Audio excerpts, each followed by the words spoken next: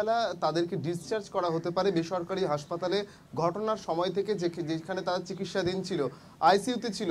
তবে প্রণয় এবং তার ছেলের এই মুহূর্তে তারা সংকট মুক্ত। তবে প্রসূনের অবস্থা খুব সংকটজনক, এখনও সে বিপদমুক্ত নয়।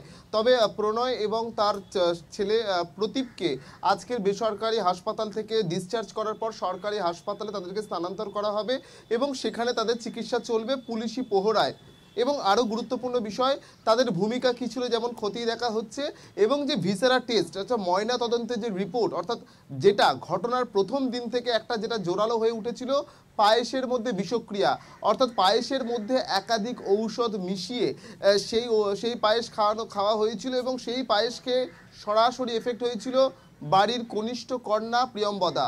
এবং তার ঘটনার পরে এবং বাড়ির অন্য দুই মহিলা সদস্য তারা অচৈতন্য অবস্থায় পড়েছিল, তাদের হাতের শিরা অত্যন্ত নিপুণভাবে কাটা হয়েছিল। তো একই ব্যক্তি কেটেছিল, একই পদ্ধতিতে কাটার ধরন তেমনটাই ইঙ্গিত দিচ্ছে ময়না তদন্তের রিপোর্টে। এবং এরই পাশাপাশি ইতিমধ্যে প্রতীপ অর্থাৎ প্রণয়ের ছেলে প্রতীপকে তার সুস্থ হওয়ার পর তাকে জুভেনাইল হোমে রাখা হবে এবং যে ঘটনায় এই ঘটনায় তার সে কতটুকু জানে, কতটুকু দেখেছে, সেই রকম যখন জিজ্ঞাসাবাদ চলবে। অন্যদিকে প্রণয়কে জিজ্ঞাসাবাদও করা হবে।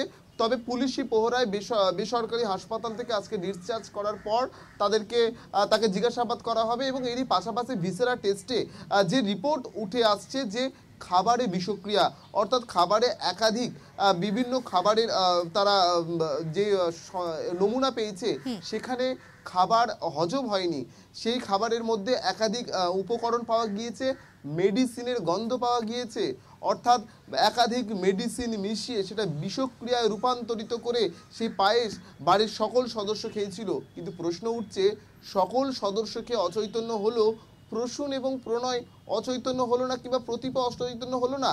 অর্থাৎ সেক্ষেত্রে তাদের ভূমিকা কী ছিল, এই বিষয়টাই ক্রমশ জোরালো হচ্ছে।